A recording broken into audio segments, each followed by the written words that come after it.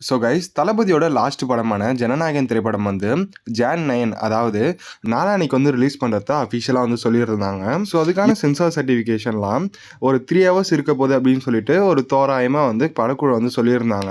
அது மட்டும் இல்லாமல் கொஞ்ச நாளைக்கு முன்னாடியே சென்சார் போர்டும் வந்து படத்தை வந்து பார்த்துருக்காங்க.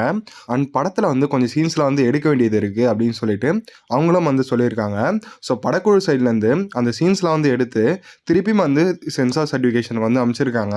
ஆனால் 3 நாள் ரிலீஸ் ஆகணும் அப்படின்ற போது எந்த ஒரு ஸ்டெப்பும் வந்து அவ்வளோ சீக்கிரமாக எடுக்காததால் படக்குழு சைட்லேருந்து அஃபீஷியலாக ஒரு கேஸ் வந்து போட்டிருக்காங்க.